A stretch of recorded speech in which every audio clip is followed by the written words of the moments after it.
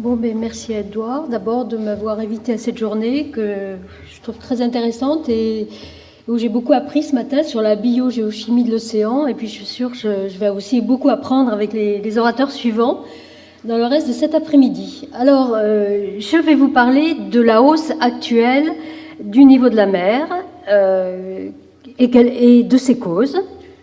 Mais avant, pour mettre en perspective les variations, les résultats que je vais présenter et les variations actuelles, je voudrais juste vous rappeler que au cours de l'histoire de la Terre et là plus récemment au cours du dernier million d'années, le niveau de la mer a présenté des variations de très grande ampleur, de l'ordre de 100 mètres, plus ou moins 100 mètres.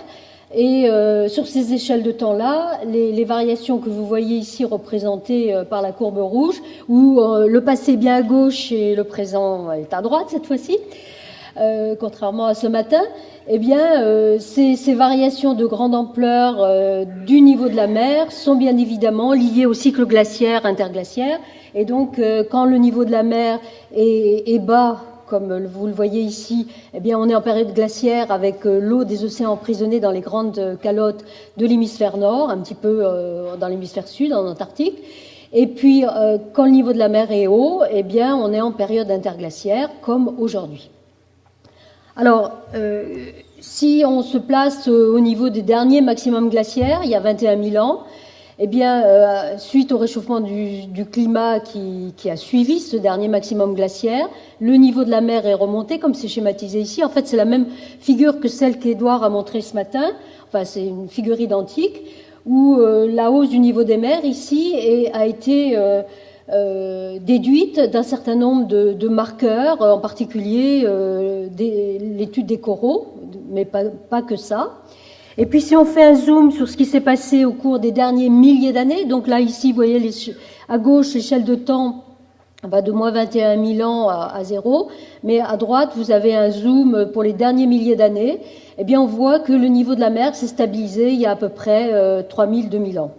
Alors si maintenant on regarde ce qui s'est passé au cours des 2 derniers millénaires, alors là les chercheurs utilisent d'autres marqueurs et en particulier ils utilisent l'étude des foraminifères dans les sédiments marins de certaines lignes de rivage qu'on appelle les salt marsh. Je dois dire que je ne sais pas comment on traduit ça en français, mais peut-être Édouard pourra me dire. Oui, marais salants. Oui, je sais que c'est pas les marais salants, mais c'est les Canadiens. Si tu veux trouver une traduction, faut aller généralement sur les sites canadiens. Les scientifiques traduisent à chaque fois. Voilà, qu'on trouve en particulier sur la côte est des États-Unis. Et cette figure montre un travail qui n'est d'ailleurs pas encore publié, qui a été réalisé par des collègues américains. Ce travail va être publié prochainement dans la revue de l'Académie des sciences américaines et qui montre une reconstruction du niveau moyen de la mer au cours des 2 derniers millénaires avec, comme vous le voyez, il y a 2000 ans et à peu près 1000 ans, un niveau de la mer qui est resté stable, sans hausse sans hausse apparente. Une petite remontée au moment de l'optimum médiéval, petite redescente au moment du petit âge glaciaire, et puis cette envolée au début de l'ère industrielle. Alors, cette envolée au début de l'ère industrielle, elle coïncide aussi avec le début de l'ère instrumentale, où on peut directement mesurer le niveau de la mer, non plus de manière indirecte par différents marqueurs, comme c'est le cas pour le paléo niveau de la mer, mais comme on va voir maintenant, il y a 2 types d'outils. Pour les dernières décennies, essentiellement les marégraphes, qui ont été installés dans les ports au milieu du XVIIIe siècle, à peu près, au début pour étudier les marées océaniques, et puis bien sûr, comme on dispose de longs enregistrements, ces données-là, ces données historiques sont extrêmement précieuses pour connaître le niveau de la mer dans le passé. Alors on a quelques exemples d'enregistrements marégraphiques depuis 1900 ici, donc pour le XXe siècle. Vous voyez, New York, Buenos Aires, etc. Ce qu'on peut remarquer tout de suite, et parce que ça c'est quelque chose sur lequel on reviendra plus tard, c'est que la hausse est par exemple plus marquée à New York qu'à Brest ou à Honolulu. Le problème, c'est que plus on remonte dans le passé, moins on a de marégraphes. Et pour étudier la hausse du niveau des mers au cours du XXe siècle, eh bien, on ne dispose que de quelques dizaines de bons enregistrements marégraphiques avec des séries sans trous de qualité. Alors, malgré tout, avec ces données, on peut construire une courbe du niveau moyen, je ne veux pas dire global, parce que ce n'est pas vraiment global, comme vous l'avez vu, mais une courbe du niveau moyen de la mer, comme ça a été fait par différents groupes. Donc ici, on a deux courbes, une en rouge, une en bleu, qui ont été obtenues par des chercheurs différents, des équipes différentes. Et vous voyez donc cette remontée, une bonne coïncidence d'abord entre les deux courbes, et puis cette remontée, pas linéaire d'ailleurs, un peu moins marquée au début du XXe siècle, un petit peu plus marquée ici, et puis, comme on va le voir, depuis 2 décennies, probablement une accélération du phénomène. Si on calcule la hausse moyenne sur le XXe siècle, à partir de ces données marégraphiques, on trouve une hausse de l'ordre de 1,7 à 1,8 mm par an. Tout ce matin, je crois que c'est Edouard qui avait dit qu'au cours du XXe siècle, le niveau de la mer avait monté d'à peu près 20 cm. C'est probablement un petit peu moins. C'est de l'ordre de 17-18 cm, mais bon, c'est l'ordre de grandeur. Alors, depuis 2 décennies maintenant, on a un nouvel outil pour mesurer le niveau de la mer qui est extrêmement intéressant pour 2 raisons, comme on va le voir. La première raison, alors cet outil, c'est l'altimétrie spatiale, c'est l'utilisation des satellites pour mesurer le niveau de la mer. D'abord, avant de dire pourquoi les 2 avantages, je voudrais très brièvement, pour ceux qui sont moins familiers, vous expliquer comment ça marche. Le satellite embarque un radar altimètre qui, à intervalles réguliers sur sa trajectoire, va mesurer l'altitude par rapport au nadir, donc par rapport à la surface instantanée de la mer. Mais ça, c'est pas suffisant pour connaître la hauteur de la mer par rapport à une référence. On a besoin de connaître la position du satellite sur sa trajectoire.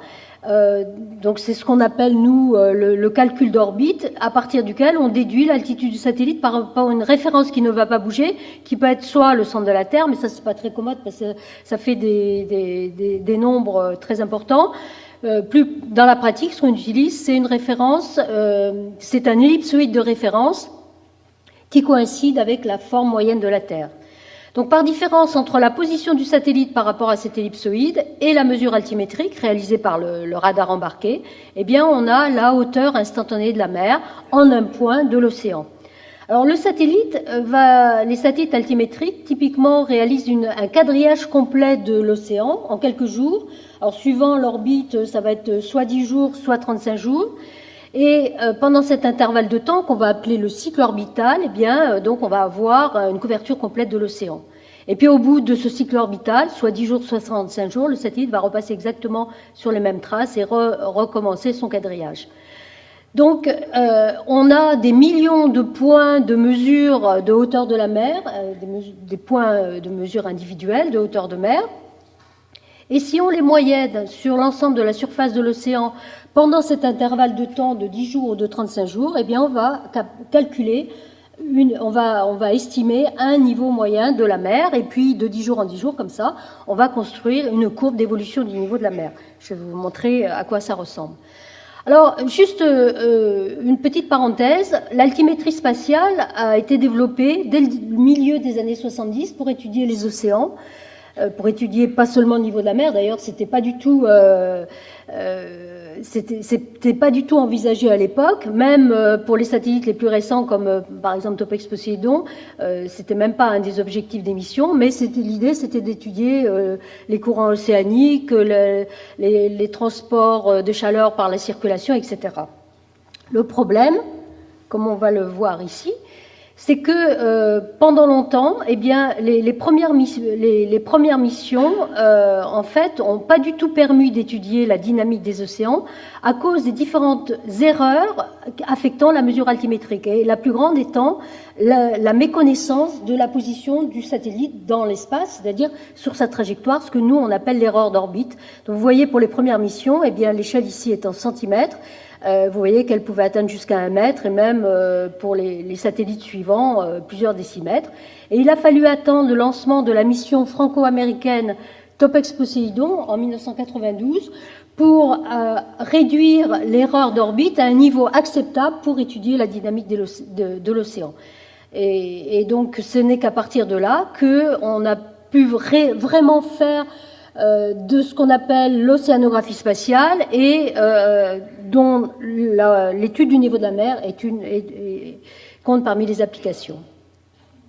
Alors, en fait, j'ai dit tout à l'heure que l'utilisation des satellites altimétriques avait deux avantages. Le premier, c'est que le satellite, la mesure du niveau de la mer par altimétrie, c'est une mesure absolue, comparée aux mesures marégraphiques qui sont des mesures relatives. C'est-à-dire que les marégraphes, comme vous le savez, il est attaché au sol, à la croûte terrestre, et il enregistre aussi les mouvements de la croûte, qui sont extrêmement variés, qui peuvent être dus à la tectonique, aux déformations des volcans, au phénomène qui a été mentionné par Édouard ce matin, qui est le phénomène de rebond post-glaciaire, qui se manifeste toujours aujourd'hui, en particulier dans les régions des hautes latitudes.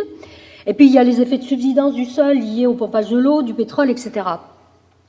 Et ces phénomènes-là, dans la plupart des cas, on ne sait pas vraiment les corriger. Depuis quelques années, on dispose de mesures GPS installées, des antennes GPS installées à certains sites marégraphiques, mais pas à tous les sites, loin de là, et donc on a beaucoup de mal à corriger de ces effets. Ça, c'est le premier avantage donc de l'altimétrie, qui elle n'est pas du tout sensible au mouvement de la croûte.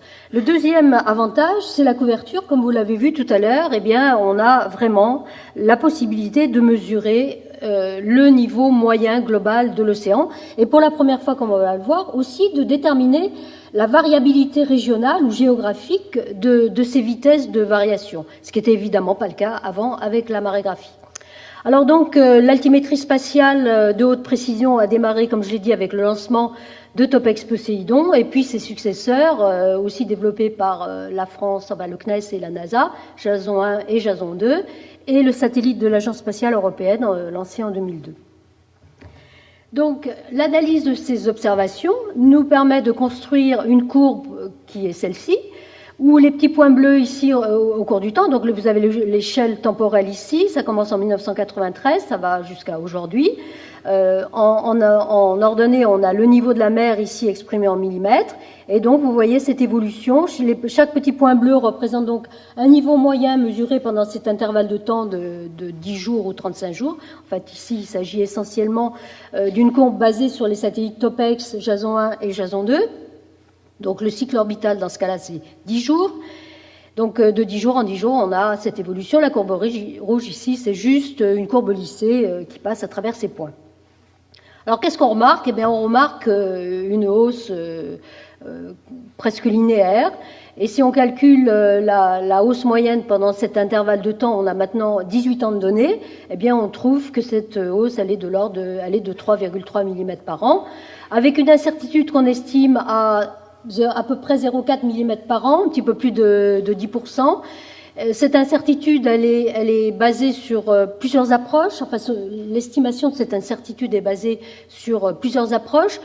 D'une part, une comparaison aux données marégraphiques qu'on utilise, qui sont quand même extrêmement précieux pour valider, calibrer ces données spatiales. Une autre approche pour estimer cette erreur, eh bien, c'est de calculer le bilan d'erreurs qui agit sur le système altimétrique. Et les sources d'erreurs sont extrêmement nombreuses. Elles vont de la méconnaissance des différentes corrections qu'il faut appliquer aux mesures altimétriques. Par exemple, la traversée dans la troposphère, la présence de vapeur d'eau dans la troposphère va faire que la traversée du signal radar va être allongée. Donc ça, c'est une source d'erreur importante qu'il faut corriger, mais il y en a plein d'autres. Et puis, il y a les dérives instrumentales. Et ça, c'est extrêmement important de les connaître parce qu'il faut pas, évidemment, attribuer à la mesure du niveau de la mer une cause climatique alors que ça pourrait être une dérive instrumentale. Un autre moyen d'estimer cette incertitude, c'est de comparer les hausses du niveau des mers ou les courbes obtenues par différentes équipes. Il n'y a pas beaucoup d'équipes dans le monde qui travaillent là-dessus, mais il y en a quand même quelques-unes. Alors bien sûr, à la base, c'est toujours les mêmes données qui sont collectées par les satellites, mais les méthodes de traitement, l'estimation des erreurs, etc., varient d'un groupe à l'autre, même si chacun pense faire le mieux du monde. Néanmoins, il y a des petites différences. Et là, par exemple, vous avez un exemple de comparaison de courbes, une courbe rouge qui est obtenue par les équipes de Toulouse et bleue par nos collègues américains de l'Université du Colorado. Vous pouvez voir qu'en moyenne, il y a quand même une bonne correspondance, sauf pendant certaines époques, qui va impacter la variabilité interannuelle. Mais en termes de hausse, en fait, tous les groupes trouvent la même chose. Alors, qu'est-ce qu'on voit? On voit que pour les 2 dernières décennies, eh bien, on a une hausse qui est presque double de celle qui a été mesurée par les marégraphes au cours du XXe siècle et même au cours des 50 dernières années. Donc, on est peut-être là en présence d'une accélération. Ça fait presque 10 ans qu'on dit qu'il faut attendre parce que c'est peut-être juste une fluctuation décennale qu'on voit, mais au fur et à mesure qu'on met à jour, qu'on accumule des données, eh bien, la hausse en fait ne change pas. Donc on est peut-être en présence d'une accélération. Mais c'est tout ce qu'on peut dire aujourd'hui. Alors l'autre résultat extrêmement important qu'on peut déduire de ces données spatiales grâce à leur couverture, je l'ai brièvement mentionné tout à l'heure, c'est le fait d'être capable de cartographier la distribution régionale ou géographique des vitesses de variation du niveau de la mer. En tout point de l'océan, eh bien, on peut calculer la pente de la courbe du niveau de la mer locale. Et cette pente, eh bien, on va la cartographier. C'est comme c'est fait ici sous cette figure, qui représente donc les vitesses en tout point de l'océan au cours de la période. Alors, ce que je vais appeler la période altimétrique maintenant, c'est la période qui commence en 1993, avec donc la disponibilité des mesures du satellite Topex Poséidon et qui va jusqu'à aujourd'hui. Donc l'échelle ici, elle va de moins 14 mm par an à plus 14 mm par an. Et donc, comme vous voyez, par rapport à la pente moyenne, la hausse moyenne de 3,3 mm par an, on a des régions où la hausse a été, le niveau de la mer est monté jusqu'à entre 3 et 4 fois plus vite que la valeur moyenne. C'est, par exemple, l'ouest du Pacifique, l'océan austral, le nord de l'Atlantique, et puis certaines régions, ici du Pacifique Nord, ou de l'Atlantique tropical. Puis il y a des régions où le niveau de la mer a pratiquement pas peu varié, et puis quelques régions là où il a même baissé pendant cette période. Alors on verra tout à l'heure comment on interprète cette variabilité régionale. Alors voilà, maintenant je vais aborder les causes. Là on a vu ce qu'on mesurait. Je vais aborder les causes et puis je vais séparer la suite de la présentation en 3 parties. Dans une première partie, je vais brièvement vous montrer comment on explique la hausse moyenne globale de 3,3 mm par an des 2 dernières décennies. Les causes, elles sont bien connues. On sait que c'est dû au réchauffement climatique, mais plus précisément à la fonte des glaces continentales et au réchauffement de l'océan, c'est-à-dire au terme d'expansion thermique. L'océan se réchauffe et donc il y a la mer monte parce que l'eau se dilate.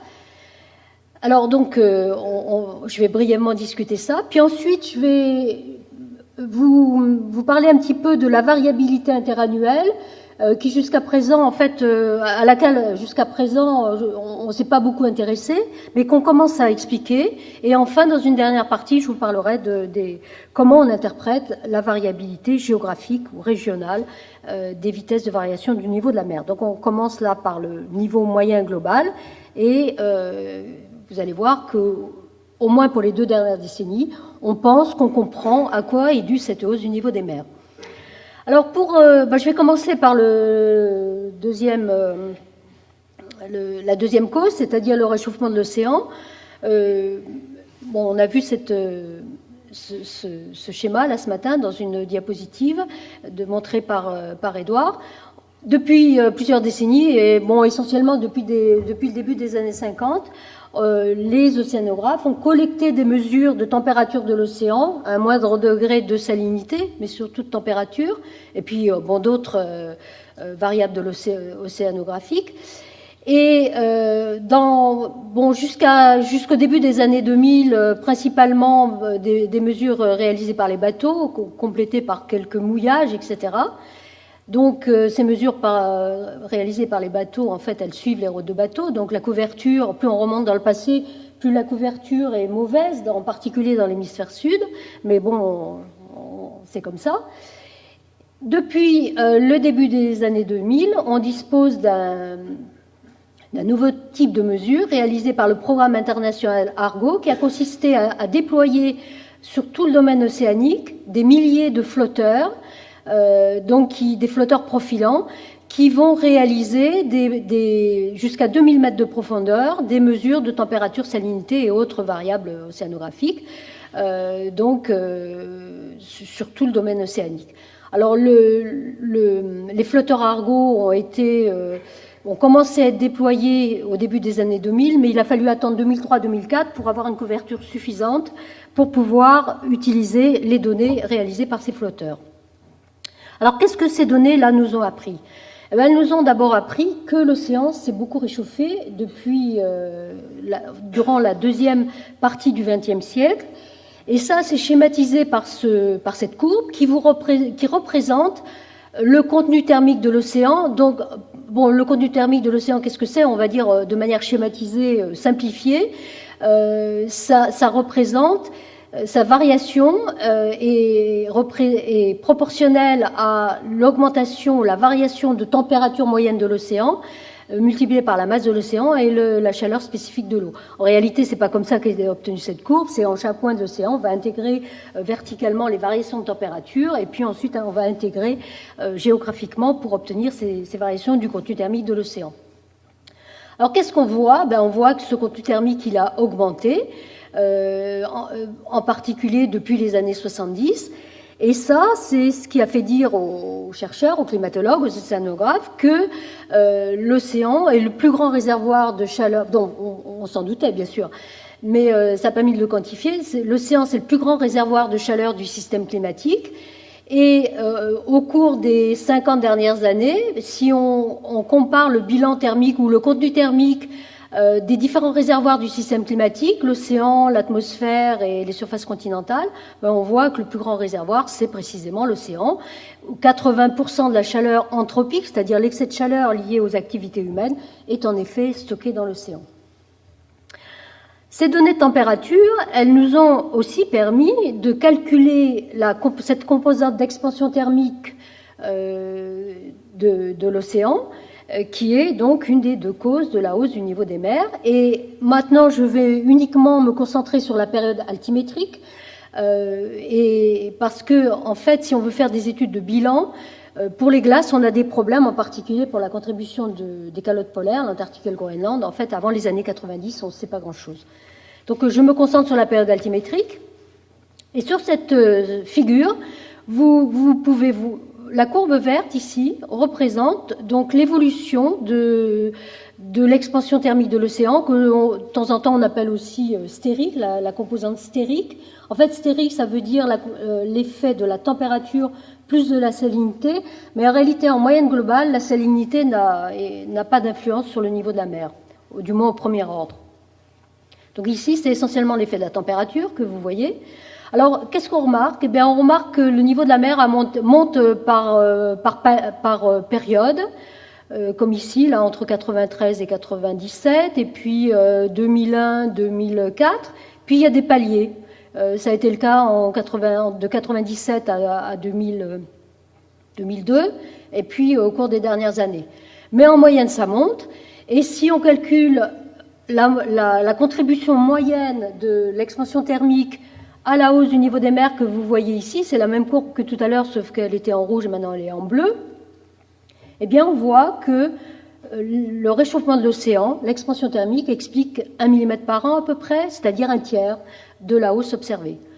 Alors on en déduit que pour expliquer ça, il faut que la fonte des glaces explique les 2 mm par an restants. C'est ce qu'on va appeler la composante de masse, parce que dans ce cas-là, c'est de l'eau douce qui est apportée à l'océan à cause de la fonte des glaces. Alors on va maintenant voir qu'on a beaucoup de données pour estimer chacune de ces contributions, et je vais commencer par les glaciers de montagne. Alors bon, là tout le monde sait que les glaciers reculent depuis plusieurs décennies, donc là c'est juste un exemple d'un glacier en Suisse avec une photographie en 1900 et puis le même glacier en 2008. Ça, c'est quasiment généralisé à l'échelle de la planète. Et les glaciologues, certains glaciologues, ont essayé d'estimer la contribution de cette fonte des glaciers au niveau de la mer au cours des dernières années, dernières décennies, 2 dernières décennies. Même pour les glaciers, il y a des estimations qui remontent jusqu'à 1950, mais j'en parlerai pas. Alors ici, on a une figure qui représente diverses estimations par différents groupes de glaciologues dans le monde. Alors, les points ici sont des estimations à différentes époques, avec l'incertitude, la barre verticale représentant l'incertitude de ces estimations, et la barre horizontale, représentant la période d'observation. Donc ici, c'est quasiment une mesure ponctuelle, alors que par exemple ici, pour ce point noir, eh ben, c'est une estimation moyenne entre 1995 et, je vois pas très bien ici, l'année 2000. L'échelle ici, c'est en milliards de tonnes par an, c'est donc une perte annuelle de glace de l'ensemble des glaciers du monde. Alors ce qu'il faut savoir, c'est qu'en fait, c'est un certain nombre, à peu près 300 glaciers qui sont monitorés et qui sont censés représenter l'ensemble des glaciers du monde. Il y en a plusieurs milliers, mais des très petits qui ne sont pas monitorés. Mais ça, ce sont les principaux et on pense que ce sont eux qui contribuent le plus au niveau de la mer. Donc c'est exprimé en milliards de tonnes par an. Vous avez le temps ici, 95-2009. Alors qu'est-ce qu'on voit? C'est que ces estimations de pertes annuelles en milliards de tonnes par an, eh bien, entre 1995 et aujourd'hui, eh bien, ça augmente. Il y a une petite accélération qui n'est pas très très nette, mais qui est quand même assez visible. Une petite accélération au cours des dernières années. En moyenne, on estime que la fonte des glaciers de montagne a contribué à la hausse du niveau des mers des 2 dernières décennies pour à peu près 1 millimètre par an, ce qui est aussi 30%, c'est-à-dire un deuxième tiers qui est maintenant expliqué.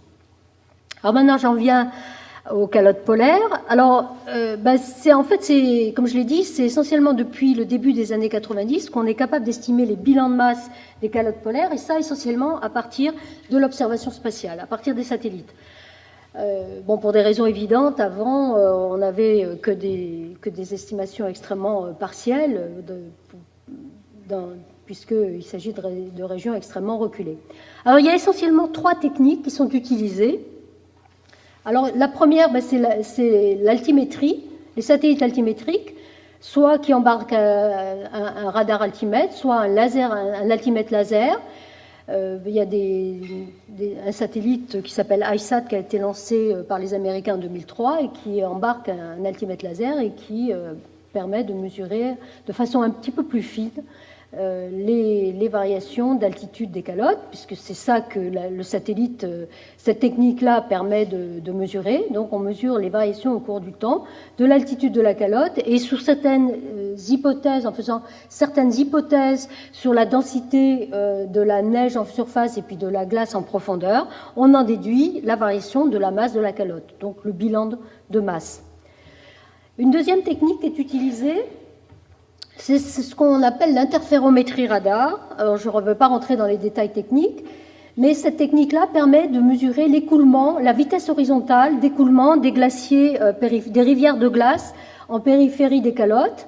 Alors, comment ça marche? Très très simplement, le satellite réalise des images radar à des époques différentes. Lorsqu'il est amené à survoler à des époques différentes un même glacier, et en comparant les franges interférométriques de ces images, eh bien, on peut en déduire la vitesse d'écoulement horizontal du glacier. Alors ça, c'est pas suffisant pour avoir le bilan de masse. Il faut aussi connaître ce qu'on va appeler le bilan de masse en surface, c'est-à-dire connaître la différence entre la neige qui tombe en hiver et puis la glace, la neige soit qui fond dans le cas du Groenland en été, soit qui sublimait, etc. Et en combinant toutes ces informations, on en déduit le bilan de masse global de la calotte. Et la troisième technique, c'est une technique qui s'appelle gravimétrie spatiale, qui a démarré en 2002 avec le lancement d'un satellite, enfin de 2 satellites en réalité, qui s'appelle GRACE. La mission s'appelle GRACE, ça veut dire Gravity Recovery and Climate Experiment. C'est une mission qui a été développée par les Américains et les Allemands et qui consiste à cartographier à intervalles de temps réguliers, c'est-à-dire typiquement tous les mois, l'ensemble des redistributions de masse à la surface de la planète. Ça mesure aussi les redistributions de masse interne et en particulier ce phénomène de rebond post-glaciaire dont Édouard nous a parlé ce matin. Alors sur les calottes, cette technique est extrêmement précieuse parce qu'elle mesure directement la variation au cours du temps de la masse de la calotte. Ici c'est l'Antarctique, mais la même chose pour le Groenland. Et on a un exemple de ce que mesure GRACE ici. Donc ce schéma représente la masse ici en fonction du temps. Alors c'est pas une c'est pas une perte de masse, c'est vraiment la masse ici en fonction du temps. Et vous voyez cette diminution extrêmement marquée au Groenland depuis l'année 2002 jusqu'à aujourd'hui. Ça se poursuit bien sûr, avec une perte moyenne estimée à 230 milliards de tonnes par an, ce qui correspond à peu près à une hausse du niveau de la mer de 0,6 mm par an. Alors si on fait un bilan de toutes les mesures qui ont été réalisées par les différentes équipes dans le monde et de tout ce qui a été publié, on obtient ce genre de graphique. Alors ici c'est pour l'Antarctique, ici c'est pour le Groenland. Donc ce genre de graphique représente en fonction du temps, ici, donc depuis le début des années 90, la perte annuelle, cette fois-ci c'est bien une perte annuelle, une vitesse si vous voulez de variation, exprimée en milliards de tonnes par an et basée sur les différentes techniques que j'ai très brièvement évoquées. En noir, c'est l'interférométrie radar. En bleu, c'est l'altimétrie radar pour le bleu, l'altimétrie laser pour le vert, et en rouge, la gravimétrie spatiale. Alors, qu'est-ce qu'on voit sur ce type de graphique ? On voit que la perte de masse, elle n'est pas du tout constante au cours du temps, mais au contraire qu'elle accélère et qu'elle a beaucoup accéléré depuis le début des années 2000. Alors ça va être difficile d'estimer une perte moyenne au cours des 2 dernières décennies, bien sûr on va le faire quand même, mais on voit vraiment qu'il y a une accélération du phénomène. C'est très marqué au Groenland, c'est peut-être un petit peu moins visible en Antarctique, mais c'est quand même aussi ce qu'on observe. Alors justement, pour savoir où la glace est perdue au Groenland, on a ces schémas qui permettent de cartographier la distribution régionale de la perte de glace. On voit, par exemple, ici, c'est basé sur les mesures d'altimétrie laser entre 2003 et 2007, et on voit que c'est essentiellement dans les régions périphériques du Groenland, donc dans la partie sud-est et dans la partie nord-ouest. Et ça, c'est confirmé par les mesures de gravimétrie spatiale GRACE, où on voit ici, donc en bleu, c'est là où il y a la perte de masse, en bleu-violet. On voit qu'entre 2003 et 2007, eh bien, ça a affecté surtout la région sud-est du Groenland, et puis de 2003 à 2010, eh bien, ça s'est développé sur la côte ouest, et en particulier sur la côte nord-ouest du Groenland. Alors en fait, cette perte de masse, on sait aujourd'hui qu'elle résulte principalement de l'écoulement extrêmement rapide de certains glaciers à la mer. Dans certains cas, au Groenland, eh bien, ces vitesses d'écoulement se sont emballées au cours des dernières années jusqu'à atteindre des vitesses de plus de 10 km par an. Ce n'est pas le cas partout, des fois la vitesse est moindre. Et la neige qui tombe dans les régions de haute altitude au milieu des calottes et en hiver, eh bien, ne compense pas cette perte de masse de glace qui se fait par écoulement des glaciers côtiers à la mer. Cette glace, quand elle s'écoule à l'océan, elle devient iceberg. Et comme avant, elle reposait sur le socle rocheux, sur le socle continental, eh bien, quand la glace est déversée dans l'océan, bien sûr, ça fait monter le niveau de la mer. Alors très très brièvement, les mécanismes qui ont été avancés au cours des dernières années pour expliquer ces phénomènes, ils sont de 2 sortes. Le premier, c'est le réchauffement des eaux superficielles de l'océan en Antarctique sous les plateformes de glace, au Groenland sous la langue flottante à l'avant des glaciers. Donc ce réchauffement des eaux va grignoter par-dessous la plateforme de glace qui, à un certain moment, va se casser et se désolidariser de la calotte et donc va faire que les glaciers qui sont en arrière vont devenir instables et vont s'écouler de façon extrêmement rapide dans l'océan. Un autre phénomène qui a été avancé, qui probablement est aussi à l'œuvre au Groenland, mais pas en Antarctique, c'est le fait qu'en été, la surface de la calotte fond, donc cette eau fondue peut se propager par des crevasses et va venir lubrifier la base de la calotte et qui va contribuer à créer ces instabilités dynamiques des rivières de glace aux périphéries des calottes. Alors, en moyenne, sur la période altimétrique, les 2 dernières décennies, on estime que les calottes polaires ont contribué pour à peu près 1 mm par an, à peu près autant, un tout petit peu plus au Groenland qu'en Antarctique, mais bon, aujourd'hui, il n'y a pas beaucoup de différence.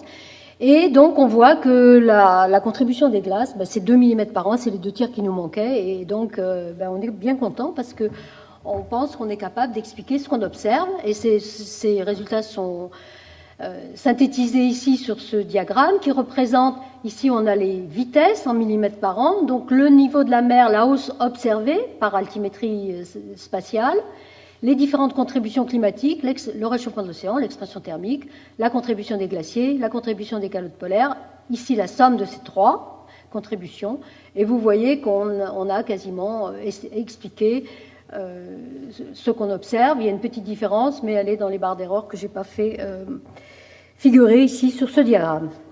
Alors, 2 mots, là, vous avez vu tout à l'heure une diapositive qui montrait que l'expansion thermique, en fait, elle monte pendant certaines années plus vite, puis il y a des paliers, puis elle monte de nouveau plus vite, et puis il y a des paliers. Depuis 2003, on observe un palier. Enfin, ça a monté un petit peu moins vite, comme on le voit ici sur cette courbe, mais le niveau de la mer a continué à monter avec quasiment la même vitesse. Et ça, pourquoi ? Simplement parce que ce palier du réchauffement de l'océan a été compensé par une accélération de la fonte des glaces. Alors c'est fortuit que ça compense exactement et que le niveau de la mer ait continué à monter, mais c'est bien ce qu'on observe. Alors voilà, maintenant je vais passer au deuxième volet, qui est la variabilité interannuelle. Vous avez vu la courbe tout au début qui paraissait quasiment linéaire, mais en fait, si on retire cette tendance uniforme de 3,3 mm par an, on observe qu'il y a de la variabilité interannuelle dans le niveau moyen de la mer. Et c'est représenté sur cette figure. Donc la courbe en noir ici représente le niveau moyen de la mer, où on a simplement retiré cette tendance moyenne globale uniforme. Alors on voit qu'il y a de la variabilité interannuelle assez marquée. L'échelle de temps est ici, ça commence en 93, ça va jusqu'en 2010. Et cette variabilité interannuelle, elle est particulièrement marquée au moment des épisodes El Niño, comme en 97-98, où on a eu un très très fort, d'ailleurs le dernier plus fort événement El Niño. Alors il y a des chercheurs qui avaient remarqué déjà depuis un moment que cette variabilité interannuelle, en fait, elle était bien corrélée, comme vous voyez par la courbe en pointillé ici, par un indice, un marqueur de ces événements El Niño. Bon, il y a différents types de marqueurs, je ne vais pas rentrer dans les détails, mais quand l'indice est positif, c'est-à-dire on est en phase El Niño, la phase chaude de l'événement ENSO, quand c'est négatif, on est en phase froide, etc. Donc là, cette corrélation, elle a été vue depuis plusieurs années, et la question était de savoir qu'est-ce qui contrôle cette corrélation. Est-ce que c'est le contenu thermique de l'océan qui devient plus important au moment des événements El Niño, ou bien est-ce que c'est un transfert d'eau depuis les continents vers l'océan au moment des événements El Niño? Alors on va voir, je vous donne la réponse tout de suite, c'est la deuxième affirmation qui est la vraie. Ce n'est pas le contenu thermique de l'océan qui augmente. Il augmente dans le Pacifique tropical, là où se déroulent les événements El Niño, mais en moyenne globale, il n'augmente pas au moment des événements El Niño. En revanche, ce qui se passe au moment des événements El Niño, c'est qu'il pleut moins dans les bassins tropicaux, dans certains bassins tropicaux, en particulier le bassin amazonien, mais il y en a d'autres. Et comme si on parle en termes de bilan de conservation de la masse d'eau à l'échelle de la planète, comme le réservoir atmosphérique, lui, il n'est pas dans la course, parce que l'eau reste stockée trop peu de temps. Eh bien, s'il y a moins d'eau, il pleut moins, il y aura moins d'eau stockée sur les continents, dans les bassins fluviaux, il y aura plus d'eau dans la mer. Alors ça peut se calculer. Alors ça se calcule avec GRESS, parce que GRESS, je vous l'ai dit tout à l'heure, ça mesure toutes les redistributions de masse qui existent à la surface de la planète. Et en particulier, GRESS est extrêmement précieuse, cette technique spatiale extrêmement précieuse pour étudier le cycle de l'eau et les stocks d'eau dans les grands bassins fluviaux de la planète. Alors, en fait, je fais là de nouveau une petite parenthèse.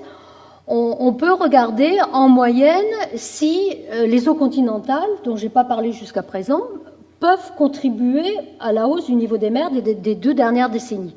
Ben, la réponse, c'est non. Alors pourquoi ? Parce que, comme c'est schématisé ici, on a ici, les barres représentent les tendances entre 2002 et 2009 dans les plus grands bassins fluviaux de la planète, les tendances en termes de stock d'eau, exprimées donc ici en kilomètres cubes par an. Quand les barres vont vers la droite, ça veut dire que il y a un gain d'eau dans les bassins. Quand les petites barres vont vers la gauche, ça veut dire qu'il y a une perte d'eau dans les bassins. Et vous voyez qu'il y a à peu près autant de bassins où il y a un gain d'eau que de bassins où il y a une perte d'eau, ce qui fait qu'en moyenne, le bilan il est quasiment nul. Bon, il n'est pas exactement nul, il est de 80 km3 par an, mais c'est pas beaucoup, mais en termes de niveau de la mer, c'est quasiment négligeable.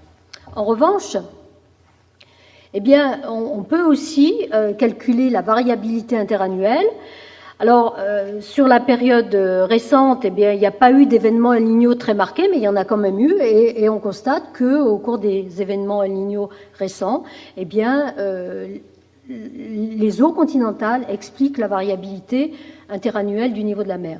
Avant la mission GRESS, c'est-à-dire avant 2002, on n'a rien pour mesurer directement la variation des stocks d'eau continentale, mais on a des modèles en revanche. Et comme les modèles, ils peuvent être calibrés avec GRESS, c'est ce qui a été fait notamment, on peut utiliser les modèles hydrologiques qui calculent les stocks d'eau dans les grands bassins fluviaux de la planète pour voir si cette variabilité interannuelle du niveau de la mer que j'ai montré tout à l'heure et qui est remontrée ici sur cette figure par la courbe rouge, c'est exactement la même que tout à l'heure, sauf que maintenant c'est en rouge, eh bien on peut calculer la variation des stocks d'eau dans les grands bassins fluviaux de la planète avec des modèles hydrologiques. Et ici, la courbe verte, elle a été obtenue avec le modèle de Météo France qui s'appelle ISBATRIP, qui est développé pour des études sur le climat ou pour étudier les ressources en eau.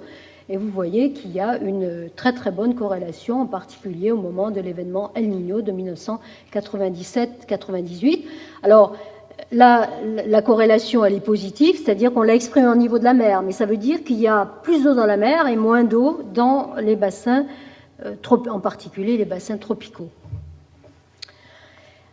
Je vais aborder maintenant la troisième partie, qui est la variabilité régionale des vitesses de variation du niveau de la mer, et pour voir si on est capable d'expliquer cette variabilité régionale.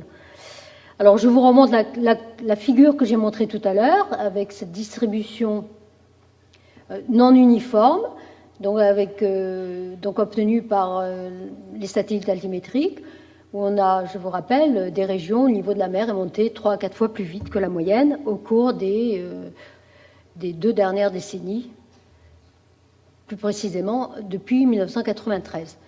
Alors, comment on dispose, comme vous l'avez vu tout à l'heure, de mesures de température de l'océan ?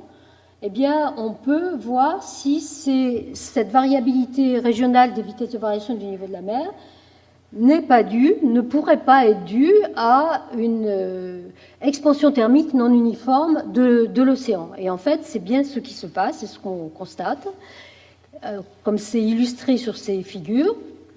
Alors, de nouveau, ici, on a les observations, la variabilité régionale observée par les satellites altimétriques. La seule différence entre cette figure et la précédente, c'est qu'ici, on a retiré la tendance moyenne uniforme de 3,3 mm par an pour mieux mettre en évidence cette variabilité régionale. Donc ici, ces régions en jaune, orange ou en bleu représentent les régions où la mer monte plus vite ou moins vite que cette moyenne globale uniforme. Et puis en bas, on a une carte qui représente la variabilité régionale de l'expansion thermique sur la même période. Ici, c'est entre 1993 et 2009. De même que pour cette carte-là, on a retiré la tendance moyenne uniforme, qui, vous vous souvenez peut-être, avait été estimée à 1 mm par an à peu près. Et donc, on peut constater qu'il y a une corrélation extrêmement forte entre cette variabilité régionale de l'expansion thermique et les variations du niveau de la mer. Et là où le contenu thermique de l'océan est le plus fort, eh bien c'est là où la mer monte plus, et inversement. Alors ça ne veut pas dire que cette variabilité régionale ne veut pas dire que, par exemple, là, l'océan est chauffé plus, mais ça veut dire que le contenu thermique est plus important à cause de la redistribution de la chaleur dans l'océan par la circulation océanique.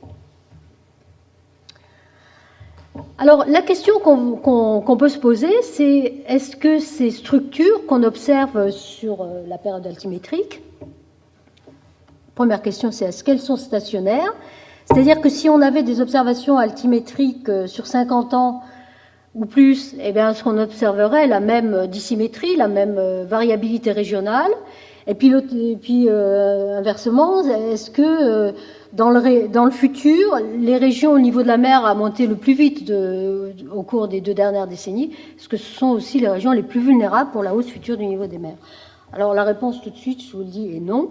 Ces structures ne sont pas stationnaires, ce qui est une complication de plus, mais qui est peut-être bien pour les régions, en particulier pour les îles basses du Pacifique qui sont situées dans cette région.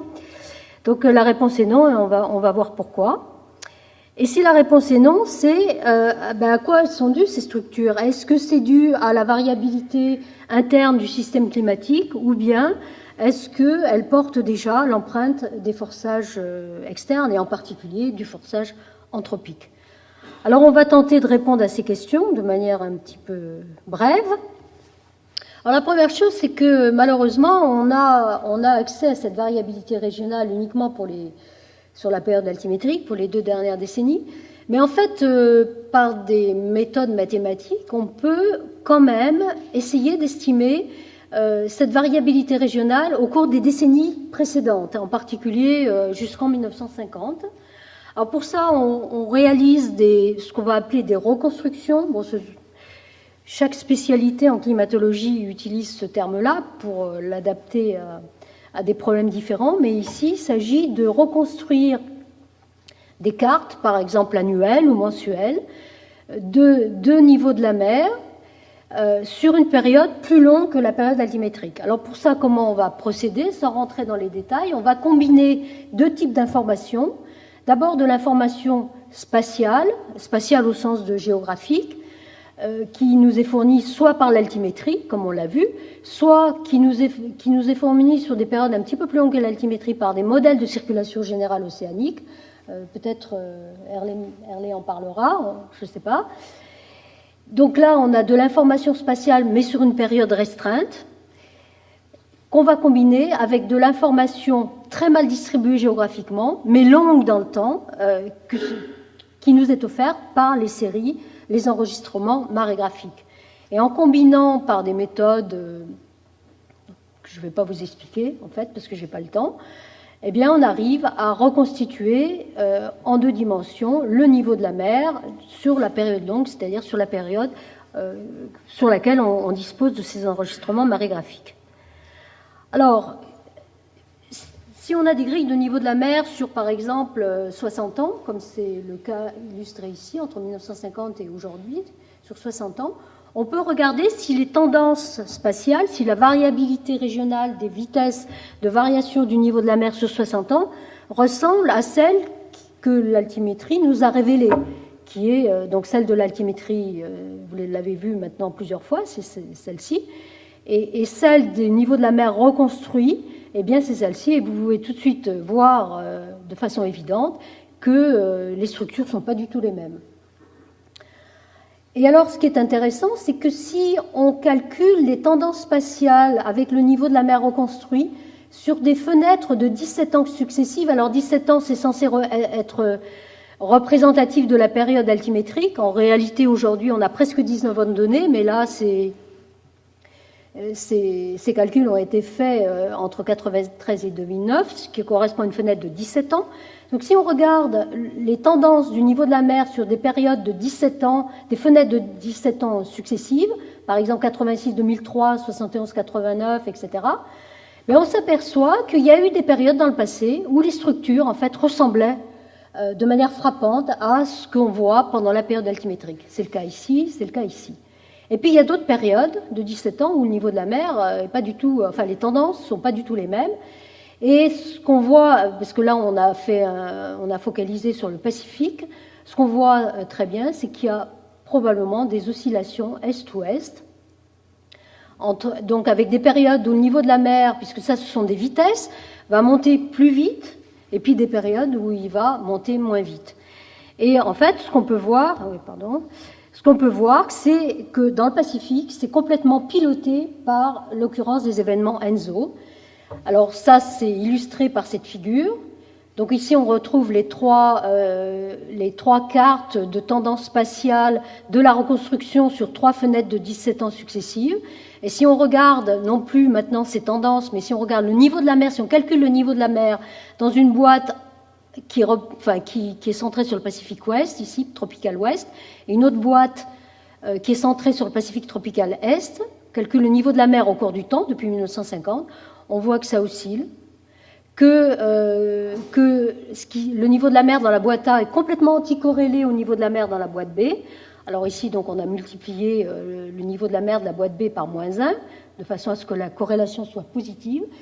Et on peut voir aussi que c'est complètement corrélé avec un marqueur de l'événement El Niño, un indice El Niño, avec, on peut reconnaître ici les pics correspondent aux grands événements ENSO du passé.